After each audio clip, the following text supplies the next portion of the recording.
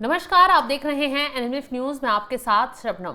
महाराष्ट्र में ओबीसी मराठा आरक्षण को लेकर जमकर बवाल हो रहा है। अब इस कड़ी में शरद पवार भी कूद पड़े हैं। वो लगातार फडणवीस सरकार को घेरने की कोशिश कर रहे हैं। कांग्रेस भी इन्वॉल्व हो गई है क्योंकि बीएमसी चुनाव है तो सभी को सियासी मुद्दा इसे बनाना है। हालांकि एक झटके में मुख्यमंत्री देवेंद्र फडणवीस ने मराठा आरक्षण पर माहौल बनाने वालों की बोलती बंद कर दी है। न सिर्फ शरद पवार को कड़े शब्दों में जवाब दिया है बल्कि कांग्रेसियों को भी कह दिया है कि इसमें मराठा कार्ड खेलकर राजनीति ना की जाए, क्योंकि सरकार की तरफ से जरांगे जो प्रदर्शन कर रहे थे, जो मांगे मानी गई हैं और ओबीसी आरक्षण को लेकर जो फैसला सरकार ने सुनाया है, जो जीआर लागू किया है, वो सही है और एक भी फर्जी आदमी को या जिसके पास जो दस्तावेज नहीं है उसके आधार पर ओबीसी आरक्षण नहीं दिया जाएगा। यानी कि ओबीसी आरक्षण के नाम पर कुछ लोग फर्जीवाड़े की अगर सोच रहे हैं तो वो ऐसा नहीं कर पाएंगे। ग्राफिक्स आपको दिखाते हैं, डिटेल में पूरा मामला आपको समझाते हैं कि कैसे फडणवीस ने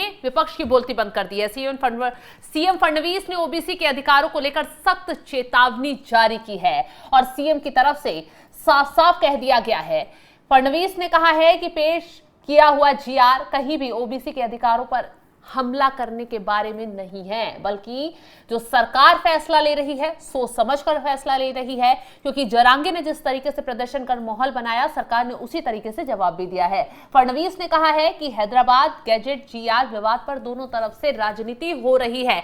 एक तरफ मनोज जरांगे है, माहौल बनाने की कोशिश कर रहे हैं, तो दूसरी तरफ अब उनका सपोर्ट करते हुए विपक्ष मैदान में कूद गया है। तो ऐसे में फडणवीस ने कहा है, हमने इस बात का ध्यान रखा है कि एक भी फर्जी व्यक्ति ओबीसी में शामिल नहीं होगा।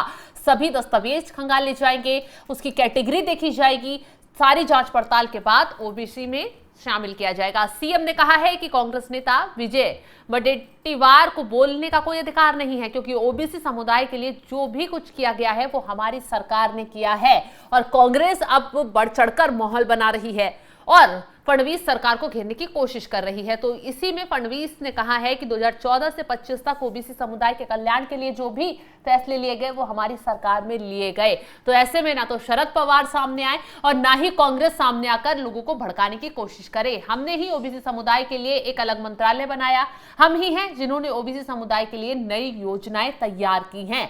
मुख्यमंत्री देवेंद्र फडणवीस ने सीधा सीधा प्रहार विपक्ष पर किया है और कहा उस राजनीतिक आरक्षण को वापस ला रहे हैं जिसे उद्धव ठाकरे की सरकार ने ओबीसी से छीन लिया था। तो ये वो लोग हैं जिन्होंने आरक्षण छीना और अब वो सरकार को इसी मुद्दे पर घेरने की कोशिश कर रहे हैं। सरकार ने ये शर्त रखी है कि केवल उन्हीं मराठाओं को ओबीसी आरक्षण का लाभ मिलेगा जिनके पास कुणबी जाति के होने का वैध दस्तावेज होगा, अदरवाइज किसी को मराठा आरक्षण नहीं दिया जाएगा, ओबीसी आरक्षण नहीं दिया जाएगा। फडणवीस ने आश्वासन दिया है कि किसी भी फर्जी व्यक्ति को ओबीसी आरक्षण का लाभ नहीं लेने दिया जाएगा। फिर चाहे शरद पवार हाथ पैर मारते हुए नजर आए, फिर चाहे कांग्रेस कितना भी माहौल बनाए, फर्क नहीं पड़ेगा। सरकार ने फैसला किया है कि हैदराबाद गजट के आधार पर केवल उन्हीं मराठा समुदाय के लोगों को ओबीसी आरक्षण का लाभ मिलेगा जो कुणबी जाति से संबंधित होने का प्रमाण दे सकते हैं, जिनके पास पूरे कागजात होंगे। पुराने कागजातों को देखा जाएगा। आरक्षण का लाभ पाने के लिए व्यक्ति को अपने पास मौजूद हैदराबाद गजट या अन्य ऐतिहासिक दस्तावेजों के माध्यम से यह साबित करना होगा कि वो या उनके पूर्वज कुणबी थे और उसी आधार पर ये जो आरक्षण है ओबीसी का वो दिया जाएगा। सीएम फडणवीस ने आश्वासन दिया है कि इस फैसले से ओबीसी समुदाय के मौजूदा आरक्षण को कोई नुकसान नहीं होगा, उनके अधिकार सुरक्षित रहेंगे। तो सरकार सभी जो फैसले ले रही है लोगों के हितों को देखते हुए ले रही है। सीएम फडणवीस ने मराठा आरक्षण पर राजनीति करने वाले शरद पवार को भी करारा जवाब दिया है। साफ साफ कह दिया है कि शरद पवार क्या राजनीति करते हैं, किन मुद्दों पर राजनीति करते हैं, कैसे वो जनता को गुमराह करने के लिए मैदान में अब उतर रहे हैं, वो सब मैं जानता हूं और कैसे उसका सटीक जवाब देना है ये भी मैं जानता हूं। आपको याद होगा मनोज जरांगे ने मराठा आरक्षण को लेकर मुंबई की सड़कों को जाम किया, लाखों हजारों कार्यकर्ताओं को इकट्ठा कर भूख हड़ताल पर बैठ गए। हालांकि कोर्ट से भी फटकार पड़ी कि सरकार जब आपकी बातें सुन रही है, सरकार चीजें डिस्कस करने के लिए तैयार है, तो मनोज जरांगे को यह माहौल बिगाड़ने की कोशिश क्यों की गई? क्योंकि आधार यही इसके पीछे आशंका जताई जा रही थी कि बीएमसी का चुनाव करीब है, मराठा आरक्षण का मुद्दा और ये ओबीसी आरक्षण का मुद्दा उठा दो और सरकार को घेरने की कोशिश कर दो। अब ऐसे में विपक्षी दल पर्दे के पीछे से मनोज जरांगे को लेकर पूरा खेल करते हुए आए। कांग्रेस से लेकर उद्धव ठाकरे गुट से लेकर अब शरद पवार मैदान में कूद आए हैं और लगातार ओबीसी आरक्षण के मुद्दे पर फडणवीस सरकार को निशाना बनाने की कोशिश कर रहे हैं। हालांकि इस मामले में सरकार 6 मांगे मान चुकी है। 8 मांगे थी, 6 मांगों पर विचार कर लिया है और सरकार कह रही है कि हम लोगों के हितों को देखते हुए और कोई इसमें फर्जीवाड़ा ना हो जाए, ये चीज देखते हुए आगे फैसला कर रहे हैं, पूरी रणनीति बना रहे हैं। बावजूद उसके भी विपक्ष लगातार ओबीसी आरक्षण को लेकर राजनीति करने में जुट गया है ताकि फडणवीस की सरकार को निशाना बनाकर या तो लोगों को भड़का दें या फिर बीएमसी चुनाव से पहले ऐसे जमीन तैयार कर दे कि लोग फडणवीस की सरकार के खिलाफ खड़े हो जाएं, बीजेपी के खिलाफ खड़े हो जाएं।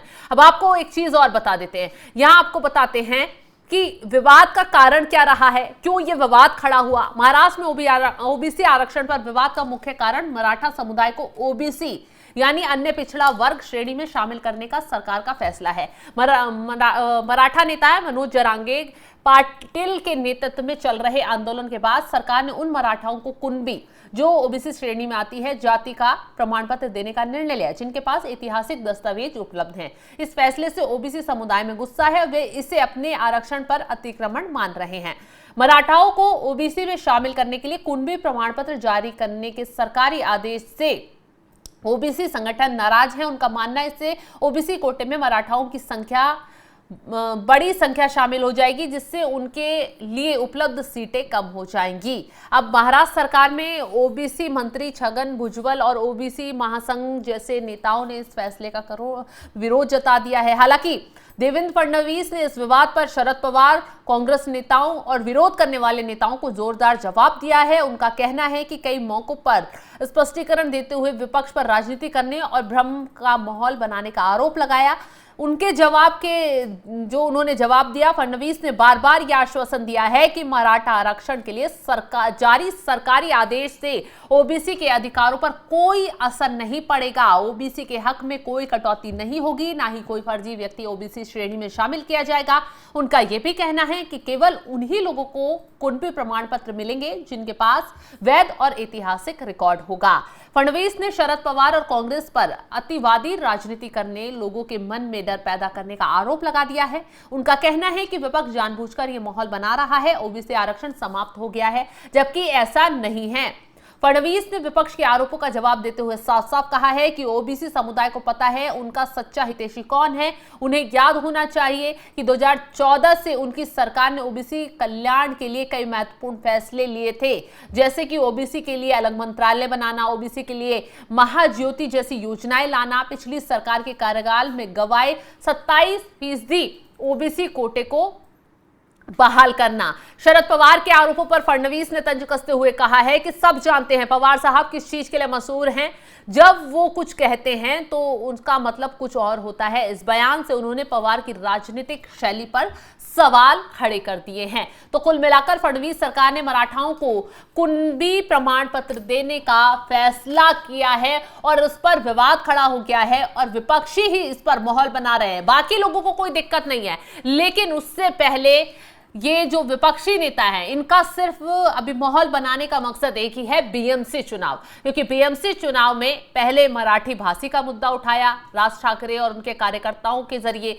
जब वो मुद्दा काम नहीं आ पाया तो मनोज जरांगे को साजिशन मैदान में उतार दिया गया। क्योंकि अचानक से ओबीसी ये जो मुद्दा है आरक्षण वाला, इसका जिन बाहर आ जाता है, सड़कों पर लोग उतर जाते हैं। पता है कि सरकार पर दबाव बनाएंगे, जनता को डराएंगे, तभी हमारा काम बन पाएगा। लेकिन उससे पहले ही देवेंद्र फडणवीस ने कांग्रेस शरद पवार की जमीन हिलाकर रख दी है। मराठा आरक्षण पर खेल करने वालों को आईना दिखा दिया है। फिलहाल इस खबर को लेकर आप क्या राय रखते हैं, कमेंट बॉक्स में जरूर बताइएगा और तमाम बड़ी खबरों की अपडेट के लिए आप हमारे साथ जुड़े रहें। नमस्कार।